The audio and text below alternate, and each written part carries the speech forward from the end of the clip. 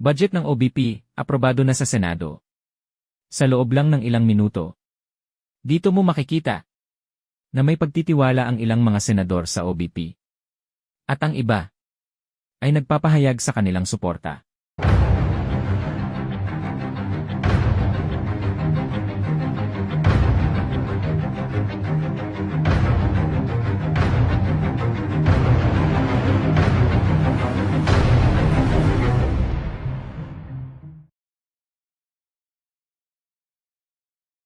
Mr. President, I would like to move for the approval of the OBP budget. I second the motion. Is there any objection? There being none, the motion is hereby approved.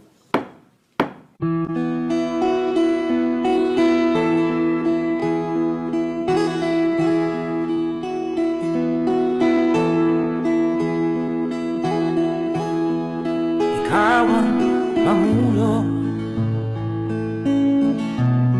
para sa pagbabago. Sawa na ang bayan ko sa magnanakaw na tao.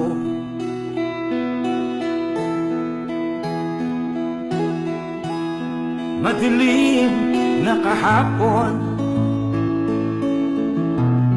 ikaw ang mag-aahon. Sa piling mo, di ko mawawala ang korupsyon.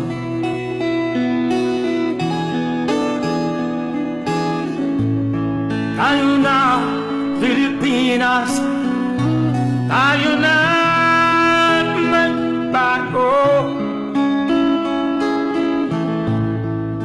Hawak kamay tayo para sa pag-asenso. Ikaw at ako, tayong lahat kay Rodrigo Duterte, para sa tunay na pagbabago.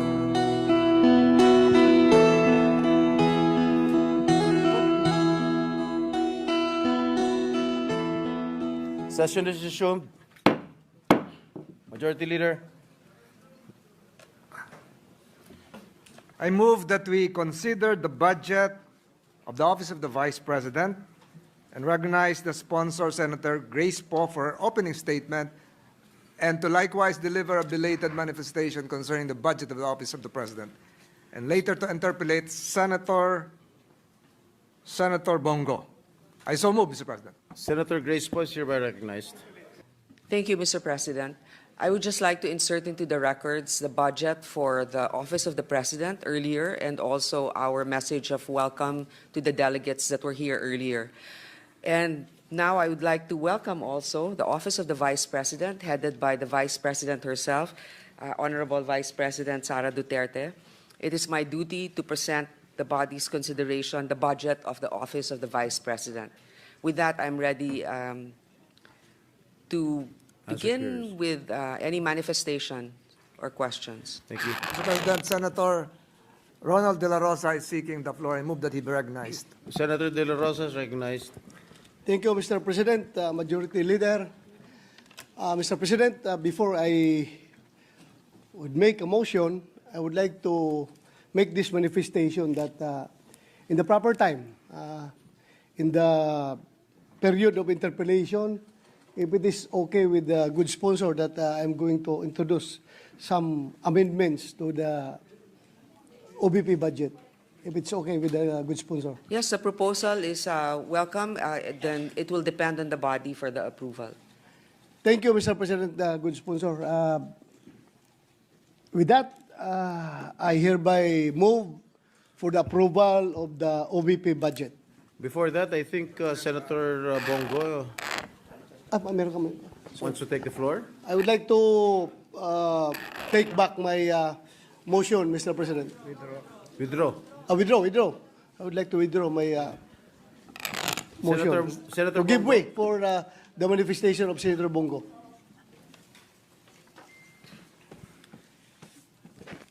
Thank you, Mr. President. As we know, the Office of the Vice President ang ikalawang pinakamataas na opisina sa ating gobyerno.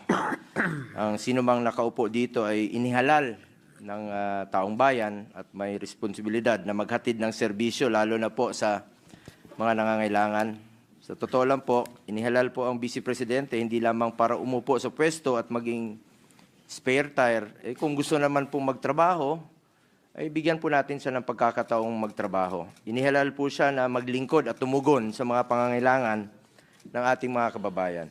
Subalit, Mr. President, ang budget po na inilaan para sa OBP ay binawasan po sa General Appropriations Bill na para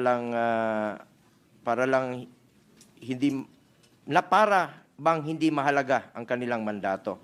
Mula sa original na panukalang budget na National Expenditure Program sa NEP, no, na 2.026 billion, ay binawasan po ito, naging 1.3 billion. At nag-iwan na lang po ng 733 billion para sa taong 2025. At yung iba pa dyan ay naging zero.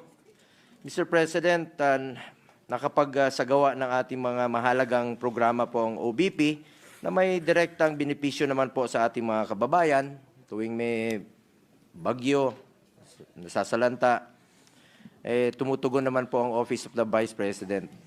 Mayroong mga inisyatibang OBP tulad ng Magnegosyo Taday na nagbibigay po ng grants at training para sa kabuhayan ng mga maliliit na negosyante at kababaihan at ang Educational, Medical, and Burial Assistance Program na naglalaan po ng tulong pinansyal para sa mga kababayan nating nangangailangan. Sa panahon po naman ng kalamidad, nandiyan po ang Disaster Response Program ng OBP na nagbibigay po ng agarang tulong, relief packs at iba pang suporta sa apektadong lugar. Kung tayo nga na sa legislative ay tumutulong tayo, hindi natin nililimitahan ang sarili natin bilang mambabatas lamang. Ang trabaho naman natin, representation, constituency at legislation, lalo na po ang Office of the Vice President na executive yung function nila. Sana po'y bigyan natin ng pagkakataon na makapagtrabaho naman po ang Office of the Vice President. Ngunit ang mga nabanggit ko pong mahalagang programa ng OBP ay maapektuhan dahil bahagi rin po dito na tinanggal sa budget ng OBP sa ilalim ng General Appropriations Bill. Mr. President, public offices in general are meant to serve the Filipino people, lalo na kung lumalapit sila diretso ang kanilang opisina sa ating mga kababayan. Basic mandate po ang tumulong, lalo na po sa nangangailangan ng social services. Mr. President, ang pagbawas po sa budget ng OBP ay direktang makakaapekto sa kakayahan ng OBP na makapaghatid po ng serbisyong naglilingkod sa tao mula sa Luzon, Visayas at Mindanao para nating tinanggalan ng kapasidad ng isang ahensya or in this case, isang halal na pinuno ng bansa na magserbisyo po. Kaya po nananawagan po sana ako sa mga kasamahan natin dito na sana po'y madagdagan, no? O maibalik ang pondo po na naaprubahan sa NEP for 2025 para naman po makapagtrabaho ng maayos ang ating Vice Presidente na parte po ng executive branch of the government. Para naman po para naman meron tayong working Vice President at hindi lang po spare tire. Gusto naman po magtrabaho ng ating Vice Presidente. Huwag ho nating pilayan ang gustong magtrabaho. Sa totoo lang po, ang daming opisina na mas malaki pa ang budget kaysa OBP, pero underperforming. Ang iba nga dyan, natutulog yung pondo. Ang daming programa na pilit sinasama sa mga program funds na hindi na po nagagamit, winawalis na po dahil hindi nagagamit yung pondo. Ito, gustong magtrabaho, sana naman po bigyan ho natin ng pagkakataon ang opisina na gusto pong maglingkod sa ating mga kababayan. Maliit lang po na halaga yun eh. Kumpara po sa napakaliit na pie lang po yun sa kabuuang budget po ng ating bansa. Mr. President, huwag po nating ipagkait sa sambayanan ang serbisyong kanilang inaasahan, lalo na po sa panahong mas kailangan po ng taong bayan ang pagkalinga ng kanilang pamahalaan. Lalo na ngayon, panahon ng bagyo, dami pong naghihirap nating mga kababayan, magtulungan na lang po tayo Yun lang po ang panawagan ko sa inyo, magtulungan tayo. While we understand that some of OBP's programs are also being done by other government agencies, wala naman po sigurong masama kung bigyan po ng budget ang OBP para sa social services. Ito lang po ang aking pakiusap sana, para sa social services, para mas marami pang mabigyan po ng tulong at mas marami pa pong matutulungan. Sana po madagdagan o maibalik po ang pondo at hindi po masakripisyo ang layunin ng OBP na maghatid ng tunay na serbisyo sa ating mga kababayang Pilipino, lalong-lalo po yung mga nangangailangan. Let me repeat, yung social services sana po maibalik. Maraming salamat po, Mr. President. Thank you very much, Senator Christopher Bongo. Majority Leader. Senator...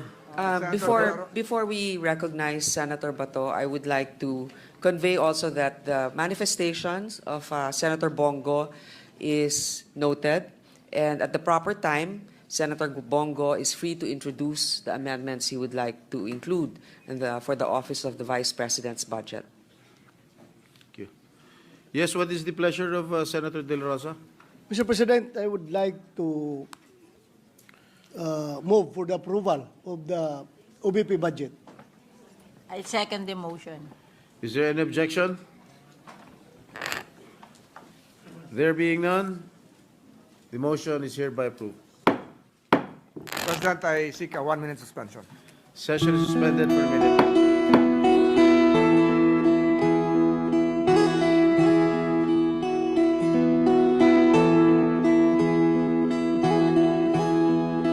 Ikaw ang pangulo para sa pagbabago.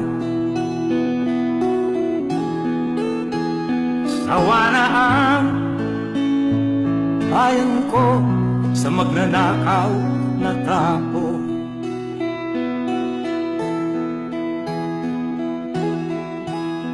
Madilim na kahapon, ikaw ang mataahon. Sa piling mo, di ko mawawala ang korupsyon.